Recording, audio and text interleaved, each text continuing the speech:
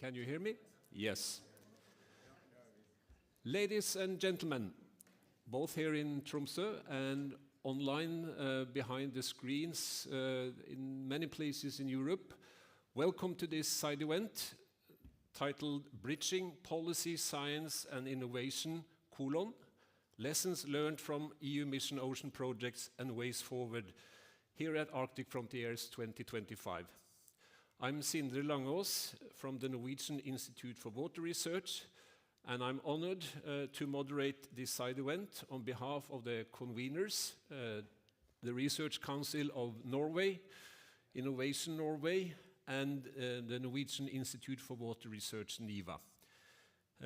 Our involvement in this event is basically within the context of the project Blue Mission AA, a project coordinated by the Air Center from Portugal, a project that functions as a coordination and support project serving the implementation of the Mission Ocean in the Arctic and Atlantic basins.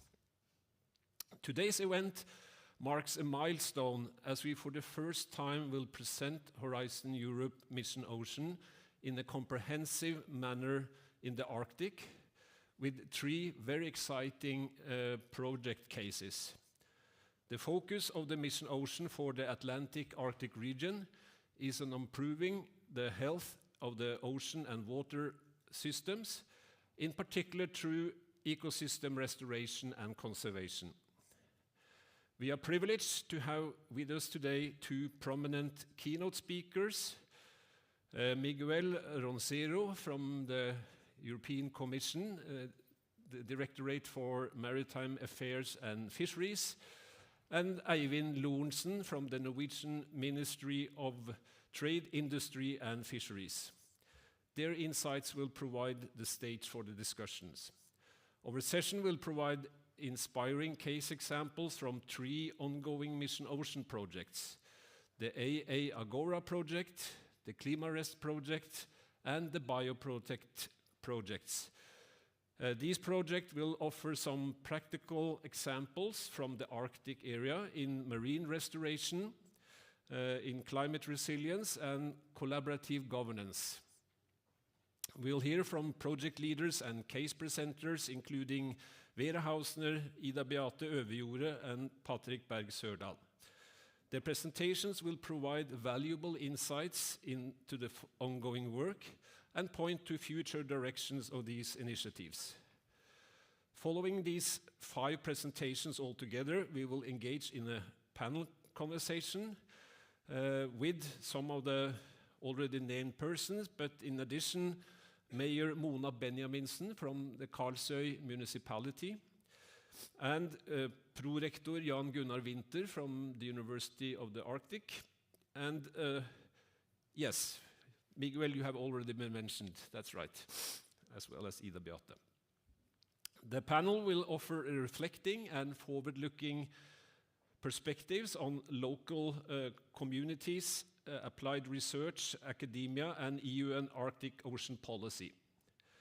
And for those of you based here in this room, you will have some opportunities to interact during the side event. Hopefully, if the presenters keep the time limit, there will be some time for 1 or 2 quick questions after the presentations. At the end of the panel discussion, we will allow you to pose questions or reflections from the audience here in Tromsø. So let me start now the main part of the side event by welcoming José Miguel Roncero Martin, but I think you prefer Miguel. According to internet sources, you are an international relations officer at the European Commission DG Mare. It claims that you have been actively involved in shaping and implementing the European Union's Arctic policy. And your work involves addressing key challenges in the Arctic, such as climate change, environmental protection, and sustainable economic development. So I welcome you on the stage, Miguel, and since the presentation has been prepared by colleagues working more closely with the EU Mission Ocean, I know that you are not entirely comfortable with some of the slides because you're not too informed, but you've been anyhow volunteering to do that presentation. So I welcome you on stage.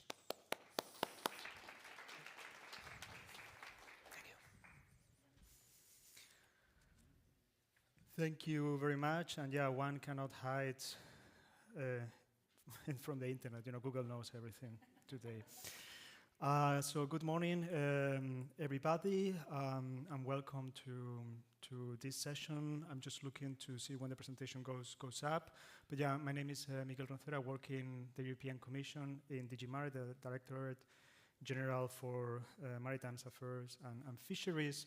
And although my main task is working on the EU Arctic policy, I'm of course quite happy to be here today on behalf of my colleagues and deliver this presentation on behalf of our Deputy Director General, Kęstutis Sadauskas, as well as all the colleagues working on the Mission Ocean in DG Mare and DG RTD.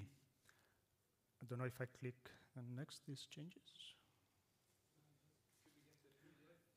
Yes. I see here it's coming right up very soon.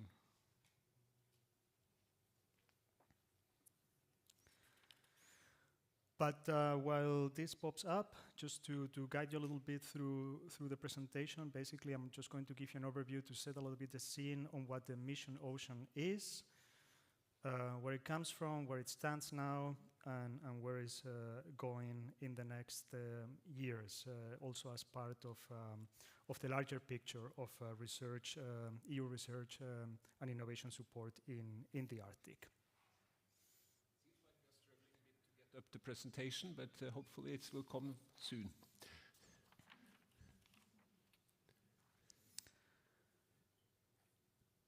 Well, I mean, while this comes, and someone please tell me so I, don't keep talking on the first slide only. Just to let you know that the missions, there are 5 missions. One of them is the one on restoring on oceans and seas by 2030. Yep. The others focus on climate change adaptation, on fighting cancer, on smart, sustainable, climate-neutral cities, and on soil restoration. They were launched. It's on. Yep. Perfect. Towards where should I point? No, now I broke it. There you go.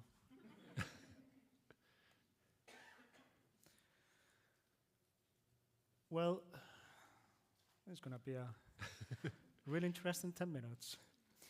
No, just okay. I think I will continue again. Someone please tell me when it comes out. So the missions were launched in 2021 in September with goals, by 2030, and they were meant as broad mobilizations. So the missions are within the context of the Horizon program, the research and innovation program of the European Union, but the missions aim to really go beyond and mobilize broad segments of society, bringing together science, innovation, but also within Horizon, outside Horizon, as well as from the broader segments of populations, citizens, different policies, programs, and of course different levels of governance. There is a very strong local component in the missions.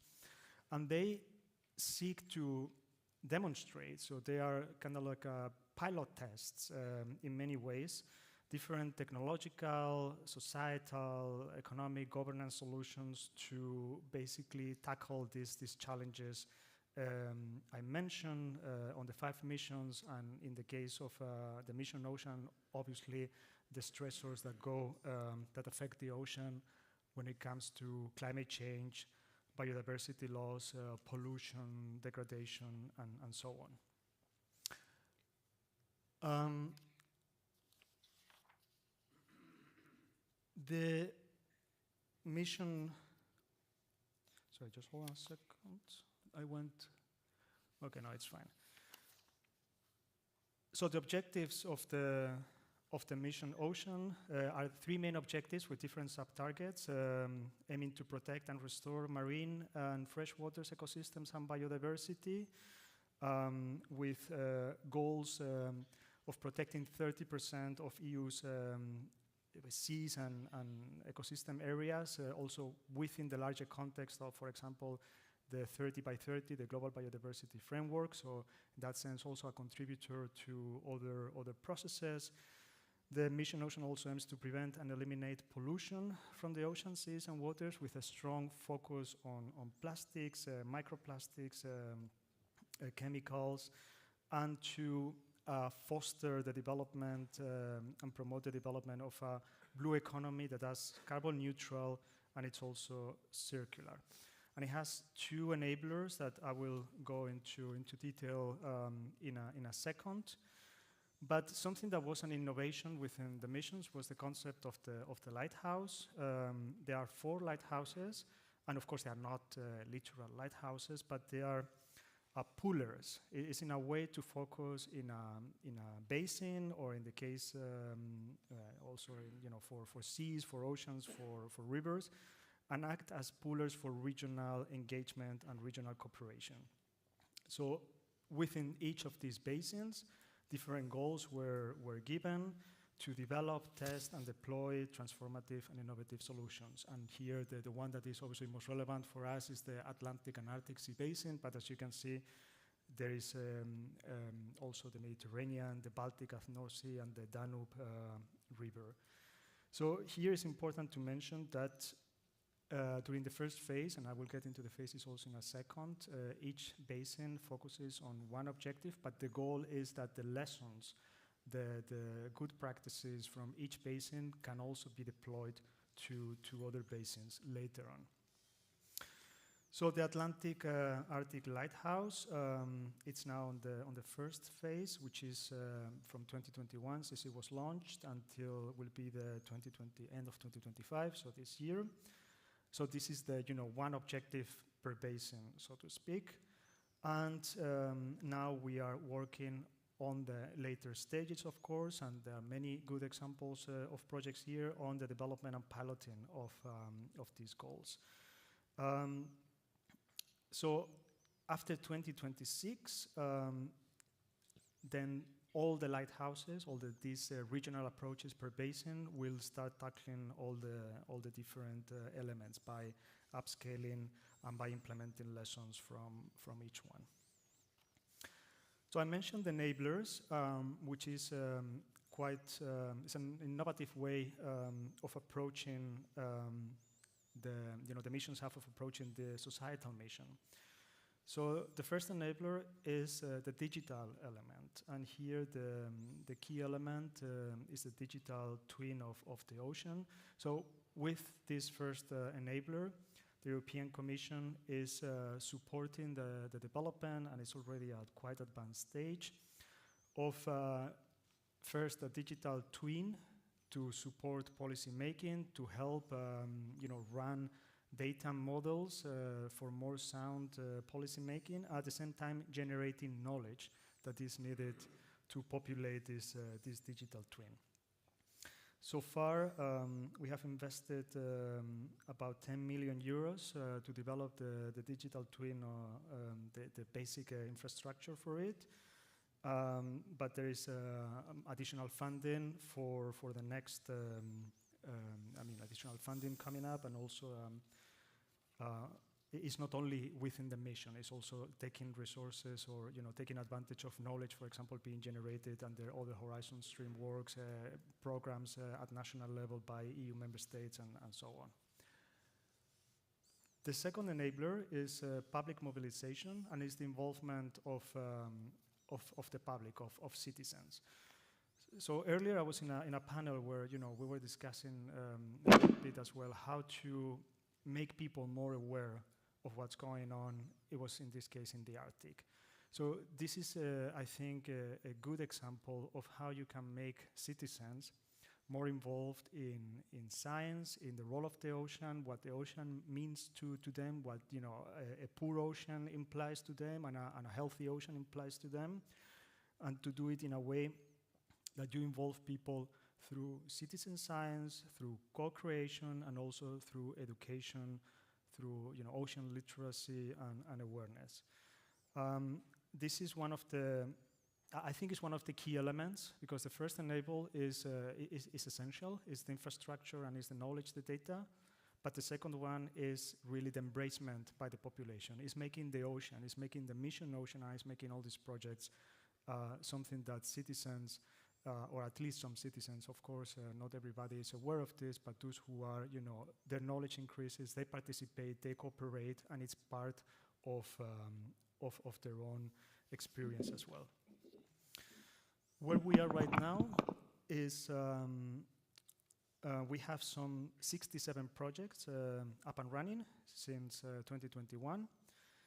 There are a few more, of course, in the pipeline that will be implemented from the work programs in 2024, 2025, and the key element I mentioned with the phases will be coming later on as we end this year. Which is the deployment and scaling. So moving a little bit beyond the basin approach to really cross-cutting themes approach. So I see my time is running out, so I'm going to speed up a little bit. Here you have some of the examples of the projects, and some of them are reflected here today. So I will leave colleagues to talk about them. And here you have basically a map of the demonstration sites. So this is where things are happening already. This is the key element on this slide. So this is not just theoretical, this is where things are happening. Let me just move to this slide in the interest of time. I just want to highlight here that the European Ocean Days are taking place in Brussels on between the 3rd and the 7th of March, 2025. There is a QR code for you to participate, to engage, to know what's going on. I encourage you wholeheartedly to be part of this.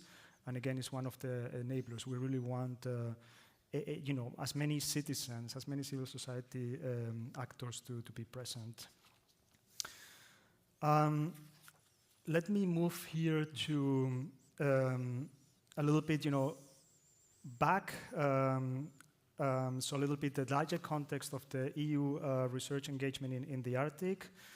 By the way, somewhere in the registration reception should be a fact sheet that's going to cover in more detail what I can say here in only 1 minute. So I encourage you to take a look at it. But I just want to highlight that science, research, innovation are key elements of the EU Arctic policy. It's one of our main commitments in our 2021 update. We have been working hard implementing this commitment. As examples here, you can see the number of projects in the Arctic and polar, covering the Arctic and the Antarctic, and the Horizon 2020 and Horizon Europe. So around €500 million invested under the Horizon programs on Arctic and polar research. And here I think we agreed beforehand that I should interrupt you and say that time was out. Okay. Is that fine to you, Miguel? I will just finish by mentioning another element, which is you have it here, the All Atlantic Research and Innovation Alliance. So this is something that most of you will be familiar with. It has a pole-to-pole component, super relevant for Horizon, for the Arctic, and for the Mission Ocean. And it's a way also to work through science, but also science diplomacy to advance on societal goals to tackle climate change, its impacts, and to foster sustainable development.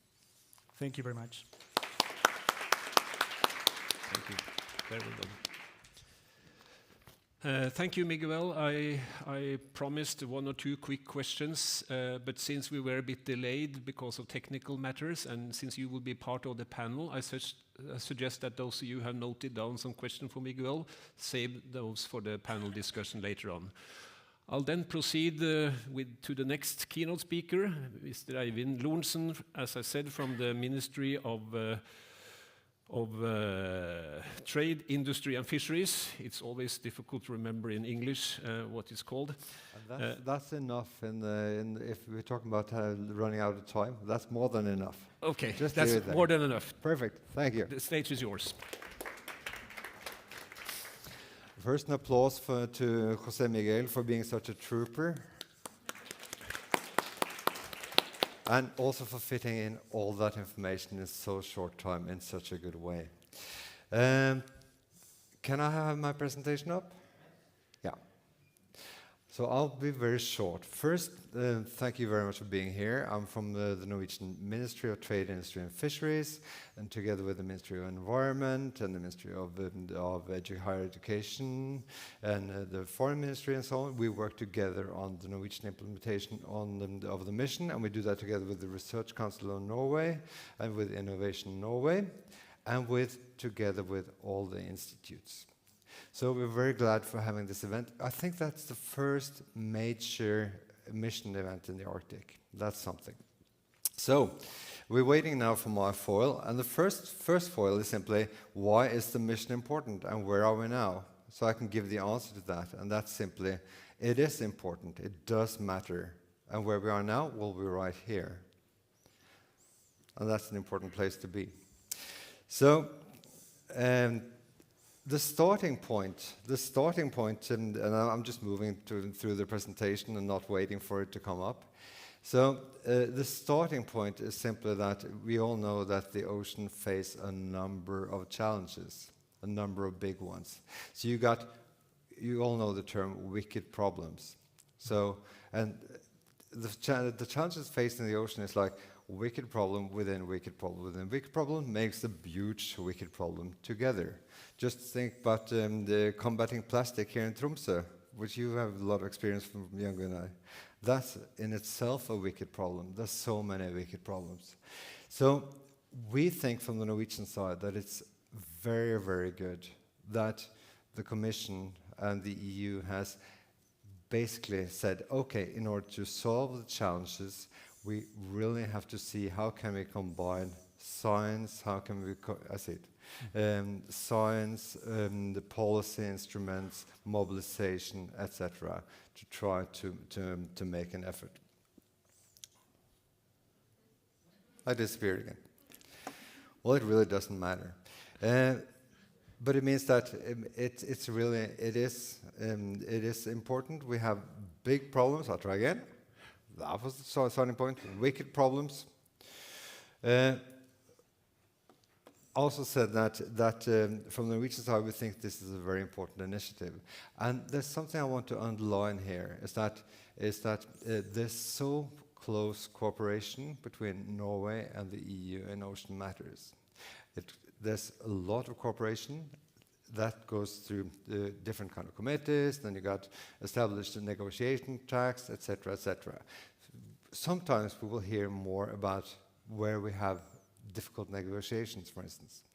We always solve them, but that's what gets the attention of the press. What does not get the attention is that, for instance, your commissioner and my minister, they talked on Thursday about the Ocean Pact, and next week we have the steering group on the All-Atlantic Ocean Research and Innovation Alliance, and so on and so forth. So we think that the joint commitment we have to healthy and productive ocean is extremely important. And we see that that's at the core also of the Green Alliance. You see that Støre and von der Leyen together signed the Green Alliance. We should also not forget that Norway and the EU are driving forces between the ongoing ocean decade. Let's see. There we are. So I won't go into the box. Big aims, but it's a very valid attempt to try to answer big questions, to solve big challenges. It doesn't mean that it's fully successful, but it's a real attempt to, in fact, do something, not just chip away at different parts of the problem. So I mentioned some of them. How do we connect big aims, like the ones that José Miguel mentioned, with science, how do we get the knowledge we need? How do we take that knowledge going into policy? How do we take that policy into local mobilization and so on and so forth?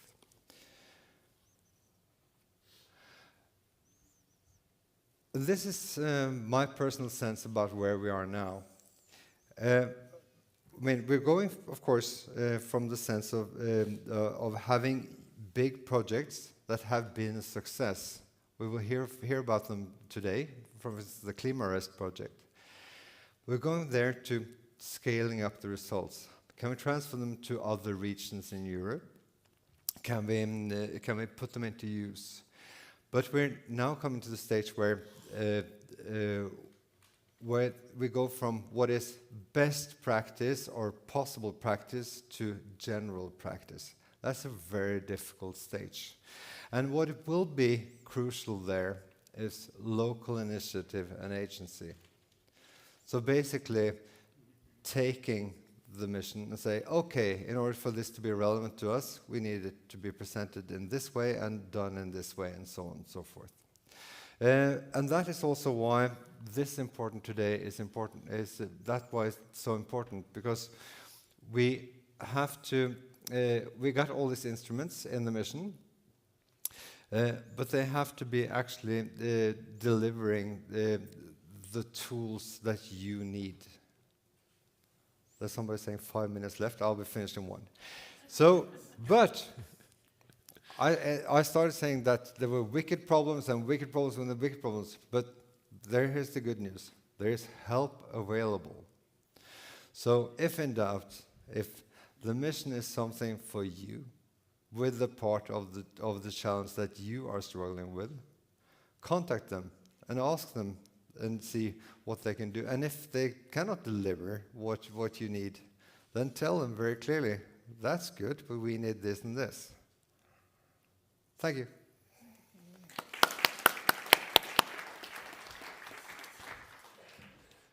Thank you for an excellent intervention, Eivind. I think we have time for 1 or 2 quick questions, if there is any from the audience.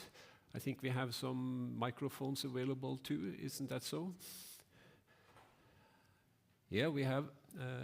Anyone with a question or a reflection on your side? Perhaps a reflection on contacting on the last point. So the mission has a charter that is really a multiplying effort, and it goes really, really beyond the seed funding or the core funding that is provided.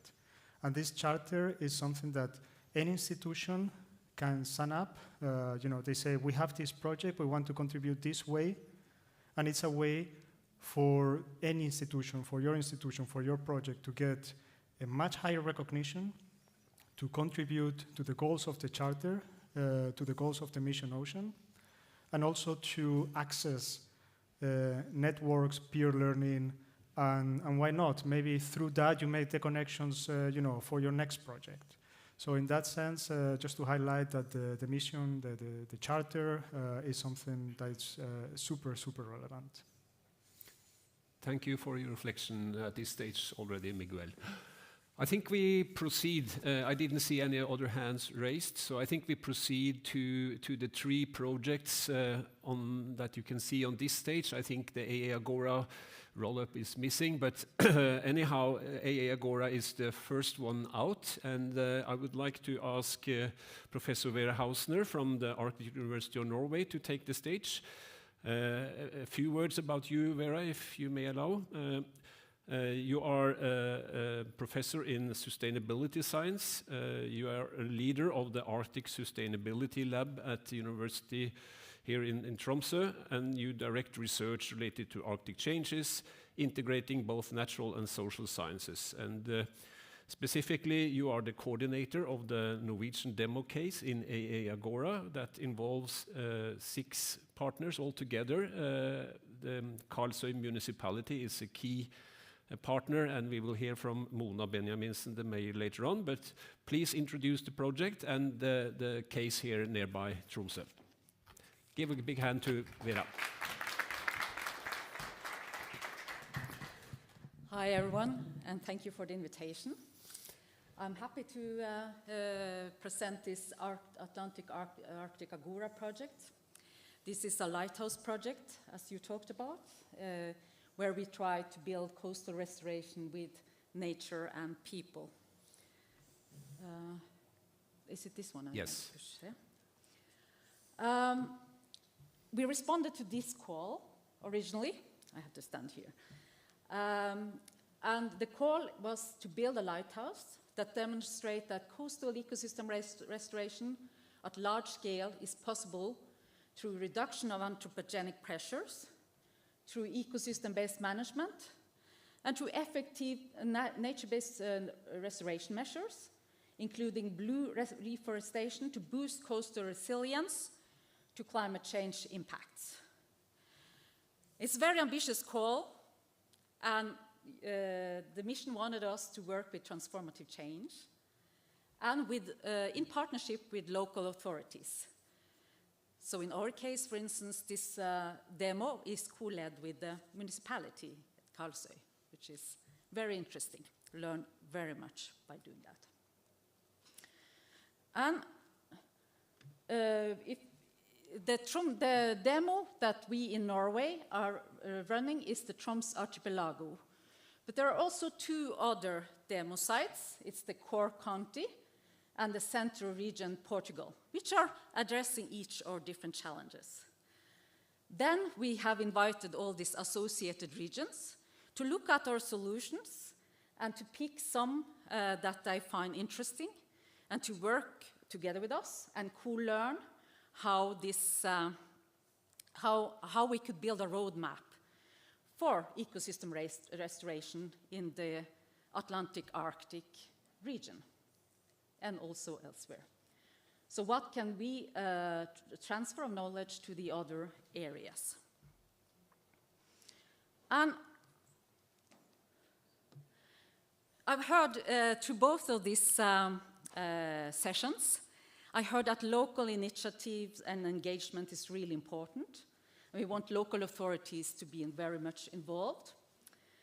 And in Norway, we have this unique chance because local government is actually in charge of coastal zone planning. And they are also in local boards for protected area management. For Karlsøy, this means that they are actually managing their whole municipality. They have lived, of course, within regulations of different sorts and ministries and so on, but Karlsøy has a good opportunity to actually support bottom-up ecosystem-based management, which I heard in the last session that is lacking, and that local authorities are not so interested in doing this. But in Karlsøy they are. So we are working together to see if we could have a holistic ecosystem-based management plan for actually improving, addressing the challenges that we have. And the main challenges in Karlsøy is to restore the kelp forest, which will have been overgrazed by sea urchins, is to restore local stocks for local fisheries, and is to halt the decline in seabird population. This is what we are focusing on in this demo site. And we also bring in anticipatory tools in a way, because we have this vision, we have made this vision for where we want to go. And this is also something that was mentioned in our last session on biodiversity just before this. And here we want to go from a situation where when we have scanned the area, it's really a desert out there, it's a lot of urchins. And a lot of the previous monitored areas has been grazed, so it's still ongoing. And it has been like that since the 80s. Before that, it was rich fisheries also locally. And what we are doing here is we want to build up these local fish stocks for local fisheries and halt the decline of seabirds, and so you don't have to go fishing ashore. And through ecosystem-based restoration and management, we are hoping to actually achieve biodiversity kelp forest, more resources for local fisheries, predatory fish controlling the urchins, and these rich seabird cliffs, and then we'd have ecotourism connected to wildlife watching and bird watching in marine protected areas. I don't have time for this. I know it's 5 minutes left, but I could say that the Living Lab methodology is very structured. There are 3 phases. And for the first phase is co-design, so you understand the system and work together, listen, spend time listening, to end up with co-action plans in the yellow phase. And then you decide on the solutions, and you implement them, and you test and evaluate what works and what doesn't work. That's the blue phase. And then we will learn how this could be replicated and upscaled together with the associated regions. And these are just snapshots of things we are doing, because I cannot present all. But we have spent very long time to get people on board and to talk with people and scan solutions and what the challenges really are about. And one of the things we've been doing is to work with participatory map on where it has previously been kelp, previously been wolffish, for instance, and other fish stocks we're interested in. And we have created a timeline, cannot go into that, which shows a diverse knowledge about events that has happened back in time. And not all local people agree, so you don't have a unified local knowledge you could build upon.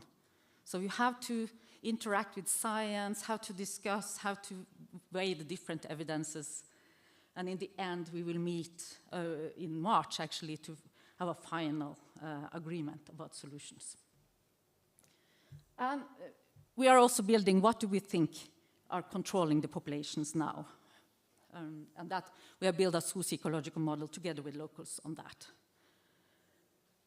And these solutions we have are that were tested out is also volunteering removal of urchins is one of the things.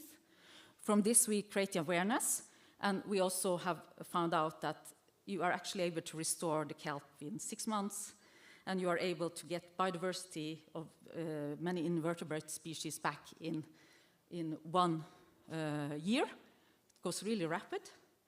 So we are hoping also to get the fish back. And that's what we're working with. Creating awareness together with by building underwater gardens with schools to see what happens with the fish there, what comes back. And then we are preparing for carbon and biodiversity credit markets through these activities. And maybe I don't have time for this, but I think it's important because we have worked a lot with fishers who has and are building on university resources also to test some of these things, like to what degree does marine mammals control wolffish, what are the fishing pressures of tourism, and what are other populations, for instance, the shorthorn sculpin, that could actually control coastal fish stocks and whether they come back or not. And then we have a lot of local suggestions on what to do, which I could transfer later to someone. I see I just have 1 minute left. But some of the solutions maybe Mona could also talk about, because they actually suggested some for the protected areas. So, and this is just the capacity building which is behind. I will not go into it, I don't have time. And these are the partners. And then it's thank you. And Anna is leading the whole project. Anna Lillebø from University of Aveiro. And I am then the Norwegian scientific coordinator together with the municipality who is co-leading this. Thank you. Thank you so much, Vera, for a very lively and inspiring presentation here from the Troms archipelago. I think we have time for a quick question, if there is any from the audience here in Tromsø. You have to raise your arm so I can see. Crystal clear, it seems, Vera. That's nice. There will be opportunities again to discuss this in the panel, so please try to create some good questions for, not Vera then, but for the Mayor Mona Benjaminsen, who is representing the EI Agora there. Okay, then I would like to throw the ball over to you, Ida Beate Øverjordet, Senior Researcher at SINTEF Ocean. You are specializing overall in climate and environment research, and you are currently coordinating the ClimaRest project, a project that brings together European partners from Svalbard in the north to Madeira in the south to investigate the potential for restoring vulnerable ecosystems. The stage is yours. Thank you for the introduction, and thank you for making my presentation shorter. So you said what I was about to say. Our project is called Coastal Climate Resilience and Marine Restoration Tools for the Arctic Atlantic Basin. I can see here. So what we do is to perform large-scale restorations in different demo sites all along the Arctic Atlantic Basin, starting in Svalbard. Here we work on reducing sewage pollution and also coastal erosion. In Ireland, we work specifically with seagrass meadow restoration. In France, we have a demo on oyster reef restoration on 2 sites. We work with soft bottom aquaculture and the habitat below these mussel rafts in Spain. And we also work with the rocky bottom algae forest in Madeira. This is exactly the same problem that they have in Karlsøy, but in Madeira. So it's a global problem, not only local. Let me see. Yeah, so today I will present to you in more detail our Arctic case. We work, as I said, with untreated sewage affecting the benthic habitats in Arctic fjords. This is not only a problem in Longyearbyen, as you see in the map, it's a problem all around the Arctic. So what is the problem with sewage? Sorry for the Norwegian, just checking if you're following. So in sewage, what do we have in sewage? Usually we have the remains of people coming out. That's what we think about. We have all kinds of other things in sewage. For example, pharmaceuticals that we eat, or anything we throw in the toilet, chemicals, personal care products. We also have microplastics, a lot of it coming from washing machines, but also from us washing our floors, throwing the water in the toilet. And we have chemicals also leaking in from, for example, when you wash your hands after doing work with oil or workshops, etc. So sewage is very complex. We also, for some reason, have large waste, napkins, Q-tips, all kinds of things people throw in the toilet that shouldn't be there. So we are targeting this problem in Longyearbyen. It's a small community, relatively small, 2,600 permanent inhabitants, but a lot of tourists are visiting Longyearbyen. It's up to 160,000 tourists coming by, both by plane and also by cruise ships. The sewage has traditionally been discharged untreated to the fjord for many, many years. They are still not really treating it, but they have installed a sieve to capture the macro waste. So not the microplastics, but the napkins and everything. So this is actually a good study area to see if we can change people's behavior, because we can measure the waste that are collected on this sieve. So here you see the treatment facilities, or lack thereof. The red cabin is the pump station, and the white cabin is the sieve, and then you see the pipe going out in the Arctic environment. So we had 3 cases here, or 3 topics that we worked on. We monitor pollution in the sewage and in the environment. We co-designed and implemented a social campaign that I'll present in more detail. And then we are also working on assessing technical solutions and barriers for implementation of sewage treatment in the Arctic. So a snapshot of our environmental service. We went out and we did grab sampling in the fjords. You see on the side there a typical grab. You have to sieve through this and count thousands of animals to look at the ecological status of the seabed. We see anoxic conditions, of course, due to the nutrients coming from the sewage, but that's also further enhanced by the carpet of garbage that lays around the outlet. So it prevents the natural oxygenation of the sediments. We also found a lot of waste in those grabs, and we found animals that were stuck in this waste. It was also some hairs and all kinds of nasty stuff coming up in our grabs. And then we started our work on the social campaign. So we had defined the context.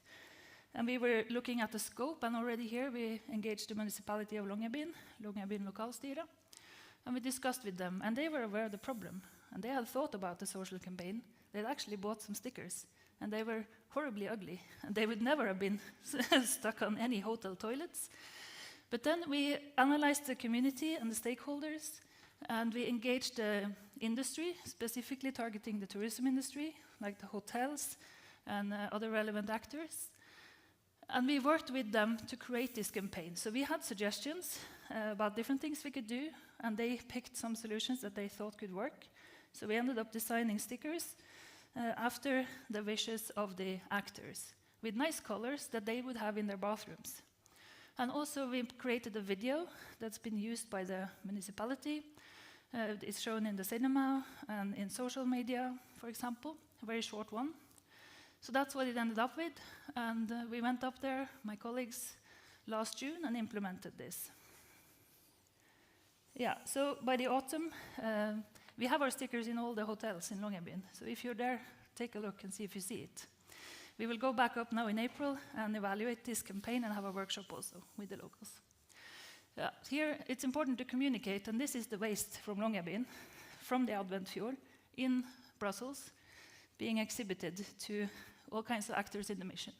And this has a very high impact when you actually can see and hold the waste, and you can show it to the locals. So the actors also want this to be displayed in their area, so the tourists can come and see it, and the locals can see it. We have also made videos, these virtual reality experiences, to show people what's below the surface, because they don't know. You see the sea surface, and you don't really know what's going on below. Yeah, so to the last one, we went to Greenland in 2023. We were participants in an Arctic summer school, teaching a lot of different students about this problem, possible solutions, having case studies. And then we also had a workshop with all the regional authorities in Greenland, discussing the problem, possible solutions, and what would be the barriers in their regions. Is it money? Is it political will? Is it other things? Is it the climate? In several cases, it was the political will, actually, to install sewage treatments, because it shouldn't be above some certain latitude, because they weren't prioritizing people up there. And in the capital region, they said money is not a problem. It's more a will and solutions. So let's see if we can progress in this, but at least we can show if our campaign is working, so that could be something they can do in the meantime, while they agree on what to do on a larger scale. So as a summary, I would say you need to observe the challenges in the field, so you can't really solve a problem that you don't understand. So we're very happy that we went to Greenland, and we went to Svalbard, and we can compare these societies and have a broader perspective on the Arctic problem. It's very important to communicate about these challenges, and that local materials have a high impact. We also found that we need to systematically analyze the stakeholders to define the target groups and who to work with, and who to target with the campaign that we have. And the co-creation of the solutions is really important to ensure a wide uptake of the solution, so that we're not giving them a solution with ugly stickers and tell them to stick them up. We're creating with them a campaign and have them on board all the time. And also very important, I guess I didn't say it, but we are going to follow up now to make sure that this campaign is followed up, and also to look at the impact it had. That was it. Thank you. Right on time. Thank you so much, Ida Beate, for a very nice account of both the Klimaresk project per se and the case at Svalbard. I think we are on schedule, so it's also this time an opportunity to pose a question or two if anyone feels for it. Yes, in the back there I can see a hand raised. So a microphone is coming for the online viewers to be able to hear. Please say your name and yes. So my name is Pavel Tkach. I'm a researcher at the Arctic Center University of Lapland. And actually, It's a very great presentation, thank you very much. And I just recalled we had a discussion at the Arctic Futures Symposium in Brussels in December, and it was discussion about cruise shipping ban, and discussions that are also going in Norway. So what do you think as a scientist, will it make substantial change if this cruise shipping ban will be imposed? Sorry, what was being banned? About cruise shipping ban that... Cruise shipping ban, yes. So cruise shipping is contributing quite a lot to ocean pollution in many ways. Also sewage, which is a big problem, and there's accidents who will happen. So if you should ban it, I'm not sure. It's been regulated quite heavily in Svalbard, so they're not allowed to go into the fjords that they used to go to. I used to be in Ny-Ålesund, very small city with 2 kilometers road, 4,000 Italian people. And I try to get around with my research equipment. So it's a massive pressure on the ecosystem. And yeah, that's been regulated. If it should be totally banned, I don't know. I should rather facilitate at least their waste handling, from my perspective, thinking about sewage. So it's not really a facility to dump your sewage on land. So then they just go to sea and dump it there because it's allowed. And you don't have to go far out either. It's just a few kilometers. So to me, that's totally crazy. But let's see. Thank you very much for the question and for the response, Ida Beate. I think we move on to the next presentation to be held by Patrick Berg Sørdal from Nofima here in Tromsø, the Norwegian Institute of Food, Fisheries and Aquaculture Research. Patrick's primary areas of expertise and research, according to Internet, again, I haven't tested out on you, Patrick, is about coastal zone planning, food fraud and resource crimes in the fisheries sector, and environmental impact assessment. And even though you are based in Tromsø, you are Norwegian, you are representing an Icelandic-led project, BioProtect, and you've also been specifically asked to say something about the Icelandic case. So please take the stage, Patrick. Thank you so much. Like you said, I'm going to be presenting the Icelandic case. Not from Iceland though, but it's important to use local resources, so here I am. First of all, thank you so much for giving us the opportunity to come and present the project here. It's really interesting, I'm really excited to do it. And one difference between BioProtect and the two other projects is that they've been going on now for 2-3 years, something like that, I think. BioProtect started up in May last year, so it's not even 1 year old, so we've just gotten the ball rolling. But okay, one of the key challenges that we face, as you all know, is the loss of marine biodiversity due to multiple interacting pressures from human activities. Current approaches to halt biodiversity loss have several issues. There's a lack of systematic approaches for prioritizing areas and selecting areas for conservation. There is a lack of knowledge on the scale and impact of human activities on marine biodiversity, both in marine and coastal areas, and there is limited participation from local communities. BioProtect will try to rectify these issues through co-developing and demonstrating transferable ecosystem-based solutions that will accelerate the effective protection and restoration of marine biodiversity in both coastal and marine areas. Here we go. One of the key aims of the project is to create an area-based management decision support framework. This will include recommendations for good governance and management, procedures for engaging stakeholders and citizens and local communities in decision-making. It'll contain strategies to map and monitor biodiversity, as well as decision support tools to ensure an ecosystem-based conservation planning.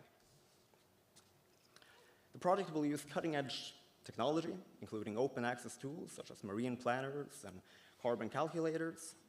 It will combine scientific data with local knowledge, as well as socioeconomic insights for better decision-making. And through involving communities, it ensures that the solutions the project develops are going to be practical and long-lasting.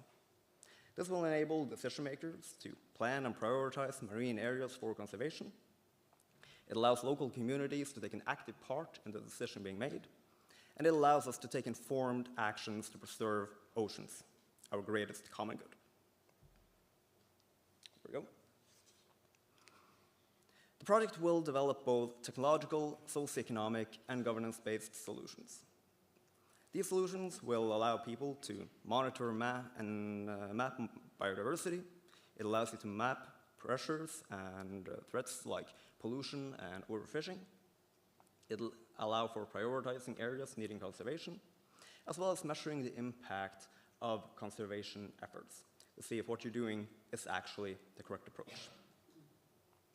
These solutions will be demonstrated in 5 different case areas, stretching from the Azores in the south all the way up to Iceland and Norway. Also includes the Portuguese margin as well as Ireland. Now, these demonstration cases will be used to ensure that the solutions are fit for purpose, as they represent different ecosystems, different pressures, intensities, and different threats. It will also be replicated at a later point in 5 associated regions. Now, I'm going to talk a little bit about what we're going to do in the Icelandic case. So, the Icelandic case is a highly complex area with a lot of collective pressures and very different management requirements. Some of the challenges that you're facing are information gaps on marine biodiversity. There's a lack of capacity for mapping and monitoring biodiversity, and there's a clear need for strategic methods to prioritize areas for conservation and restoration. So some of the solutions that we're going to test out in Iceland are both technological, such as the analysis of underwater imagery and a CO2 emission calculator app. There will be analysis of socioeconomic impacts, and citizen engagement-oriented solutions, such as public participatory mapping, as well as citizen science data sampling. And it's this citizen science approach that I want to highlight, and it is one of the key elements of BioProtect. BioProtect will engage stakeholders in all of these case areas through developing communities of practice. Now, for those of you who aren't familiar with the term community of practice, it means you have a group of people who share a concern for something within a specific domain that allows people to come together, share practices, share experiences, and most importantly of all, learn from each other. In the project, we'll work with local stakeholders, including fishermen, NGOs, decision makers, policymakers, and the local community in general, to build capacity to protect marine biodiversity, ensure that everyone has a voice in the decisions being made, as well as ensure co-creation of solutions, making them practical and long-lasting and fit for purpose. We'll do this through using workshops, cultural activities, exhibitions, and storytelling sessions in order to build both awareness, ownership, and trust. And we'll engage stakeholders through public participatory GIS mappings. These are digital and spatial technologies that allow users of the environment to map their use of areas, their values, their experiences, knowledge, preferences, and concerns. And it can be used with great effect to showcase the needs and desires of previously underrepresented groups. So, all in all, the impact that the project will have can be summarized as follows. We'll hope to ensure more healthier and more resilient marine ecosystems, ensure better protection for endangered species, stronger local economies, and aligning with the highly ambitious 2030 goals. They're quite ambitious, but ambitious goals need ambitious solutions as well. So, that's in short. Please join our community. We would love to get in touch with you. Visit our website, go and sign up to our newsletter, follow us on social media. Like I said, the project is just underway, and we have about 3.5 years to come. We'd love to get in touch with you. Follow us on social media. We're on pretty much any social media where you are as well. And again, thank you so much for giving us the opportunity to come here and present the project. Thank you so much, Patrick. Also, you were keeping the time very well, so we allow for a question or two. Anyone wanting to pose a question to Patrick? Yes, in the back there, I see a hand raised.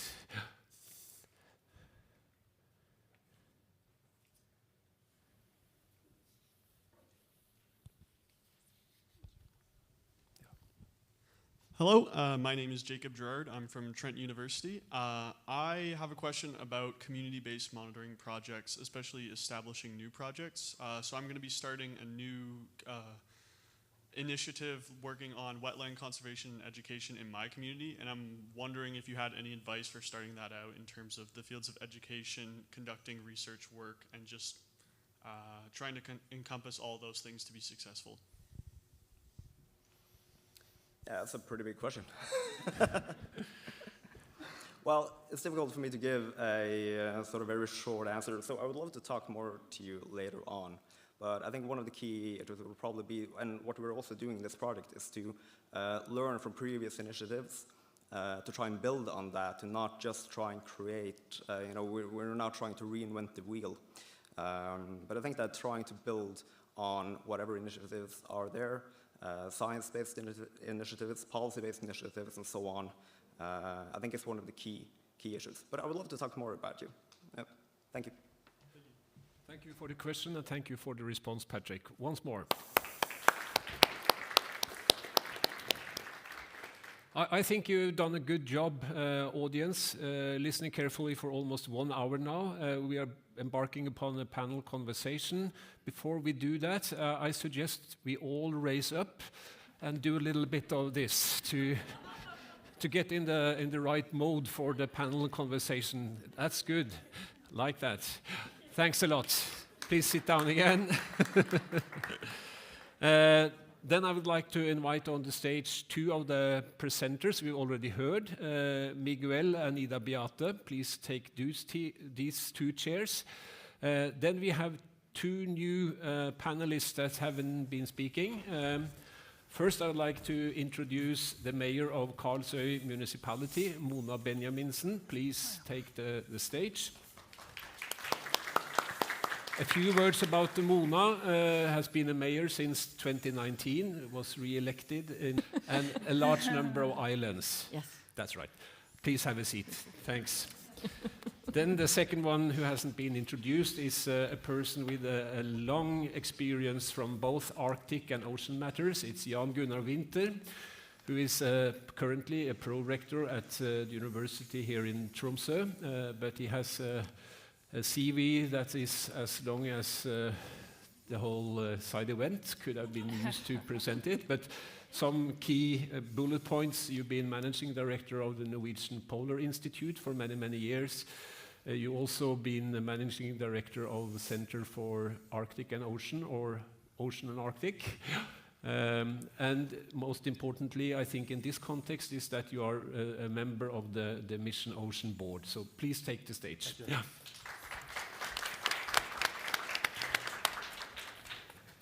Yes. I would like to start up with you, Mona, if you may allow.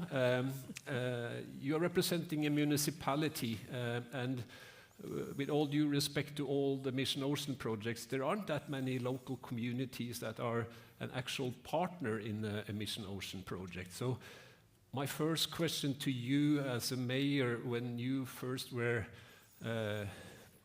posed, I guess, by Vera, if you would like to join as a partner in an EU project like this, how did you reason and how did you discuss this in the municipal council or you as a mayor? How did you react upon such an invitation to, as a small, relatively municipality up north, to join a big European project? We were at the end of, like Vera talked about, we have plans. We also have a coastal zone plan, and this was at the end of. It was almost due to political decision, and it's a plan that takes upon itself, aquaculture, fisheries, tourism, a lot of different areas where to do what. Most of our municipality is ocean and islands. It was conflicted. It was, because we have been a site for aquaculture for quite some time, and it's a lot of questions that has been risen for some time about things we didn't know anything about. So when this coastal plan was, when we had the decision about it, there was no new aquaculture sites in it, because we wanted to have a pause and to discuss what else could we do. We are a coastal community.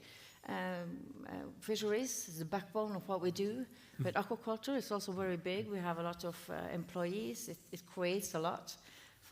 It brings settlement also, but we wanted to just pause it. So when Vera called, and she forgot to talk about difficulty about the EU portal and the bureaucracy with applying, and it was a lot of desperate phone calls. My English is not good enough for this kind of applications. We didn't have a big discussion. Sometimes I work on the trust of the rest of the council, and when we ended, when we decided to not go any further with aquaculture, they were like, what else are we going to do? How are we going to find the answers we need to make decisions about what's happening in our areas? So it was not a big discussion. I informed the chairmanship, of course, and Vera very nicely, helped me through the process of applying, which was, you need an education to do, I guess. And now 2 years has gone. I think there's one more left of the project. How is the view within the municipal council about the opposition parties? Do they think this has been a good choice of you to join this project? We are too small a community to have opposition parties, really. No, we are total agreement about this. Yes. But as Vera said as well, it's we have. Well, I have to say, my husband is taking part of this as well as a local fisherman, and he has his own views on when and what, and as a lot of local people do. It has made an awareness, because when we started this, it was like, we're going to restore kelp forest. And additionally, maybe we could get coastal cod will maybe return or not, which was very helpful. But what it has made us aware of, if you're just going to decide this is going to be very good, what other species can we harvest on? And this has made an awareness of, you just can't decide to do that. You can't decide to, this is what we're going to harvest now, because anything is someone else's food, or they have, there's an order of this. To keep the balance, we need to have knowledge on, if we decide, like catfish, if we're going to harvest a lot of catfish, which they did in the 70s, what will happen to the rest, This is why we have now a lot of sea urchins, and my husband, he has a view, you have to start hunting otter, which eats the catfish, which eats the sea urchins, which eats the kelp. So this is, so we have, this is the awareness. So as earlier we had contact with different, commercial companies. We wanted, when we finished, how to commercialize this. Now we're more like, well, shouldn't we know first? Shouldn't we have some more answers first? So we have, it's been an awareness. Because we also include, the schools as well. This has made, we're quite proud of being part of this. We are. And for Vera for helping us. What it will be in the end, we are not sure, but we have more and more people learn more and more about it. We talk about it a lot, but we have a lot of local experts as well. Thanks a lot. But I think you were saying initially that, okay, without the help of Vera, an experienced person with European projects, you hardly would have been able to join this project. I think this is a concern that has been identified by the Commission, and I will turn to you, Ida Beate, because your project is big with many, let's say, big players, but also some smaller ones. But But your project is also a so-called cascade funding project, which is a new mechanism set up by the European Commission to facilitate involvement of smaller actors like municipalities and smaller, let's say, commercial organizations and actors. Could you tell a little bit more about what this cascade funding thing is? So it's about replicating the solutions that we find in our project and then having sub-projects with local authorities to have these solutions adopted. And what we have seen is that it's very, very difficult for local authorities to engage. It's a huge barrier to apply for anything. They need to be facilitated by researchers. So the way we have been able to secure these sub-projects in the end is that the researchers are approaching them and helping them directly. They also say that they don't really have a lot of capacity. So I know, for example, Karlsøy has a position in the project. So there's one person dedicated to the project. And other municipalities, they're overloaded already with work. So they don't have the capacity to take on administration and a lot of engagement in projects. Because we don't really fund the position in our sub-projects. So there's different barriers. One recent barrier is that the local government refused to sign a contract that was not in Greek. So there's all these things that we have to deal with. It took a long time. We had to have this certified translation, and then my director says, "What is this?" That we have to sign from our side. So it's taken us 2 years, and we still haven't contracted all the replication projects, but we have found them now, so that's good. But I've heard when talking to Norwegian municipalities also that either they have to have a big share and a position, or it's very difficult to engage in a meaningful way. Would you like to add something on this, Miguel? Yes, because indeed this is a situation we're aware of, and and what I'm going to say is not a solution, but is a contribution to a way forward. So a year ago in Arctic Frontiers, we launched, the European Union launched the Arctic Urban Regional Cooperation Network, AURC, which is a network of 15 Arctic municipalities. And they talk about many, many things. One of the things they talk about is how to navigate these processes. So Tromsø is, the municipality of Tromsø is part of this network. I'm sure you know the mayor. He can put you in contact perhaps with some of the people working on this. They can share experiences. Because indeed, we are aware that you are not going to have, all municipalities are not going to have an expert on applying, on navigating. But when different municipalities go through the process, learn, and then pull together their expertise, then for the next one, becomes a little bit easier, and that's a little bit the goal.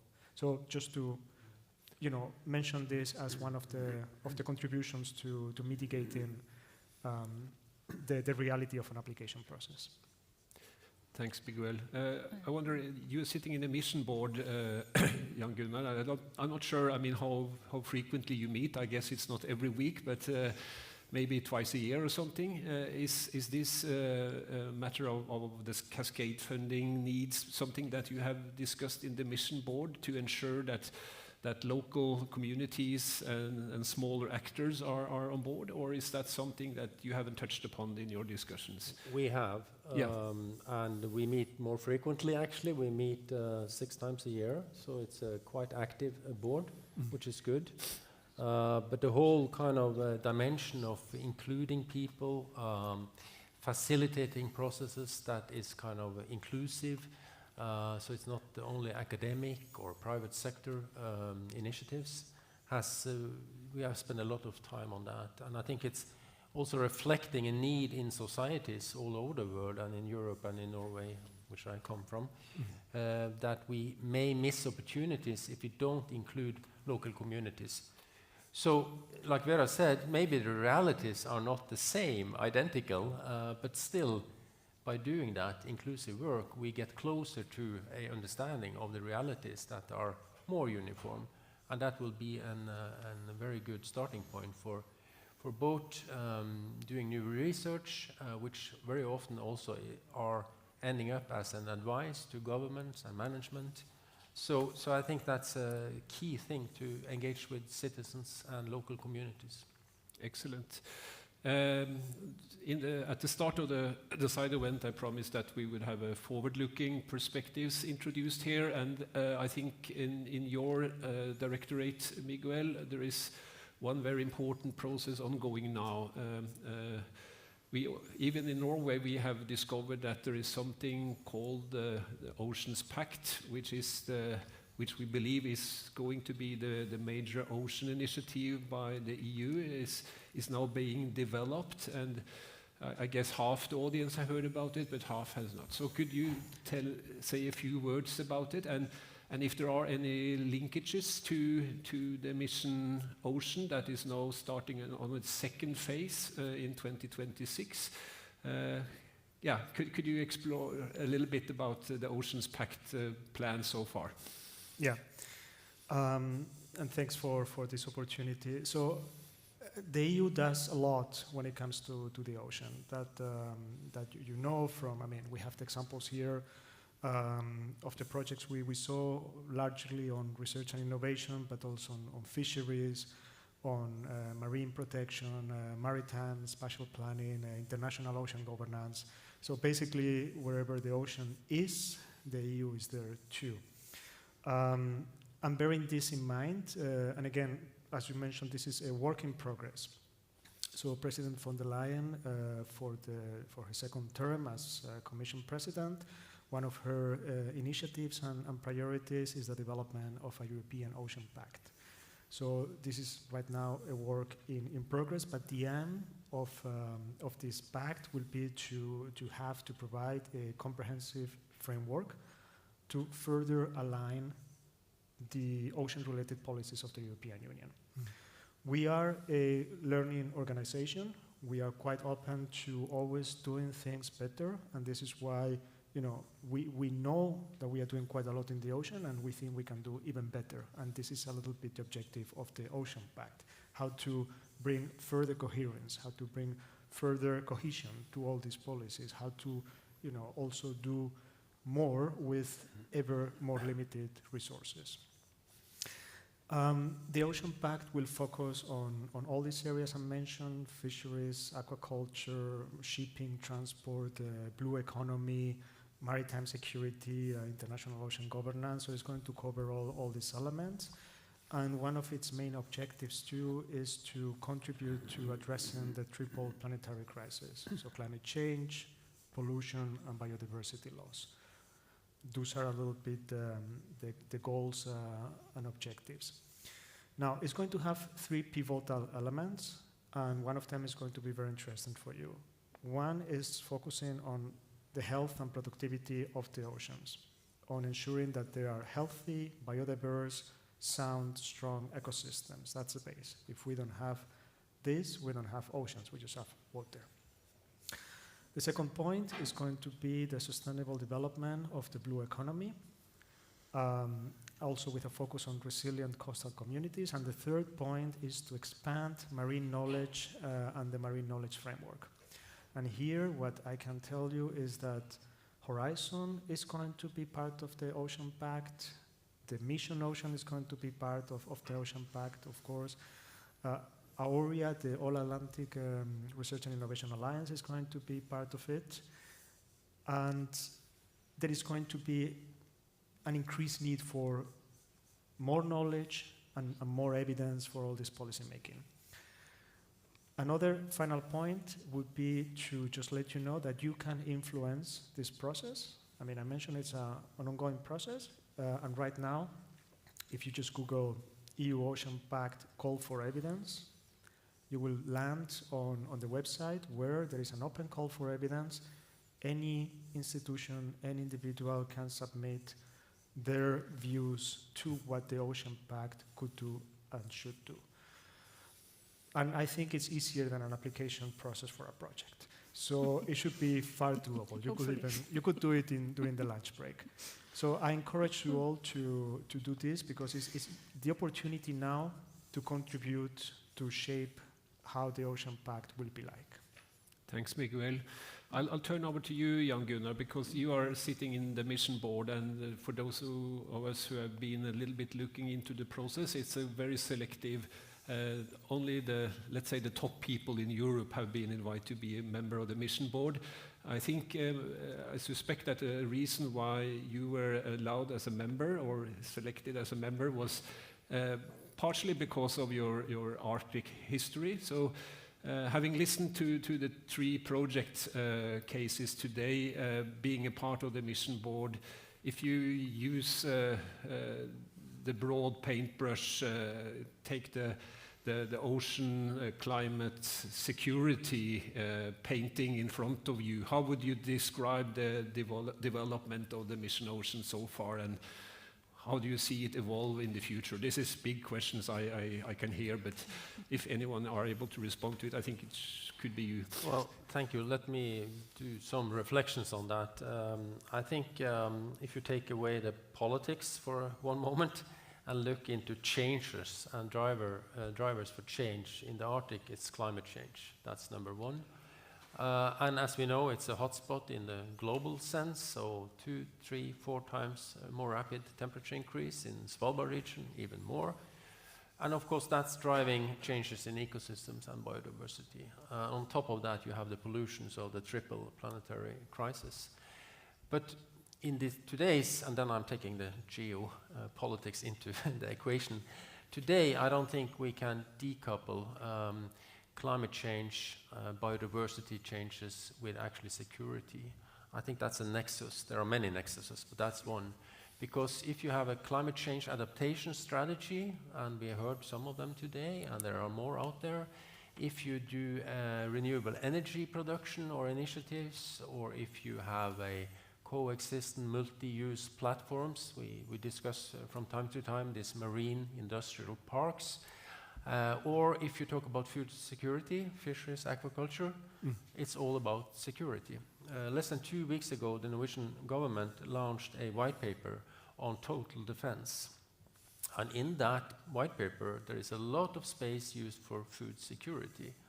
And even not only national food security, but also down to more regions and smaller areas. So I think in the Arctic, it's a lot of action happen, and we know that the climate change that happens there is also influencing elsewhere in the world, and so on. We are in a very special region with very strong drivers that is also these days connected to a larger picture through security. So many of the countries in the world take an interest and invest in the Arctic. It's Latin America, it's Asia, it's Europe, North America, and so on, for good reasons. Thank you for these reflections, Jan Gunnar. I promised the audience to pose some questions at the end here, and I see at least one hand raised in the back. I'm sure there are others about to raise their hands.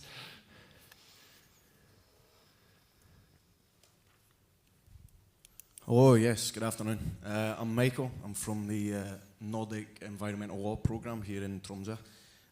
My question is kind of open to all of the panel. It would also be relevant to Vera, who presented before, but yeah, there's been a strong case made for this Blue Mission, a lot focus on co-creation and co-development, but I'm wondering, when you're moving towards co-implementation, how much emphasis is going to be placed on information and technology sharing. So with warming oceans and the changing fish migratory patterns, the issues that have been faced in the south of Europe are moving more north towards the poles. So information sharing in that direction, but also there's an argument to be made that Norway has a better standpoint for technological development and innovation. So this bilateral trade, is this a big part of the Blue Mission, and how are they going to emphasize more of this, like between the similar issues in Madeira and the Tromsø commune, for example? Thank you. Anyone in particular you would challenge with this? Is the mic still? Yeah. I'd say towards Miguel, who has like the kind of more general view over the EU mission, but also I feel like with Ida, like your project is really interesting in Svalbard, and that would involve some information and technology sharing. I know a lot of it comes down to the political will, of course, but from island communities in the south of Europe, for example, how they've managed to garner enough support. But like I say, open question to the panel. Thanks. Would you like Yeah, to start, maybe I Ida? could start on that. So a big part of the project and the mission is, of course, information sharing and openness and making data available. So all our data needs to be made available if they can. Of course, there are some stakeholder data and such that we need to keep to ourselves, but all the other data, we're using open databases. We're also developing this marine restoration toolbox with protocols, both for co-creation, but also for implementation of different technologies. It's going to list different solutions, showing other projects and all these things. So we hope that that will be a way of sharing information across Europe, but also across the world eventually. Yeah, and to complement and zooming out, what I can mention, for example, as a good example, I believe, of how information is shared at the European Union level is, for example, through Copernicus, and particularly the Copernicus Arctic Hub that was inaugurated last year in 2024. So in this hub, you have all the information that is relevant for policy making already in a kind of translated way, so not the raw data, but information products that are generated across the different Copernicus services. So in that sense, the information is made available there, and then it's used by the different projects and through the projects also by local authorities. Thank you very much, Miguel and Ida Beate, for this, I would say, thorough response to a complicated question. I note that the time is almost out, and at the end of this side event, we would like to extend our thanks to the panelists and the speakers. Commonly, I mean, as a token of our appreciation, you would get flowers or chocolate, but being here in Tromsø, we think that rather stockfish could be a good gift. So my colleague Sebastian will now hand out one vacuum-packed stockfish for each of you to bring home or take as a snack tonight. Thank you so much. Please give the panelists and the speakers a big hand. Thank you. Sorry, thank you. Thank you. And thank you for your interest in the topic, and I hereby close this side event. Thanks a lot.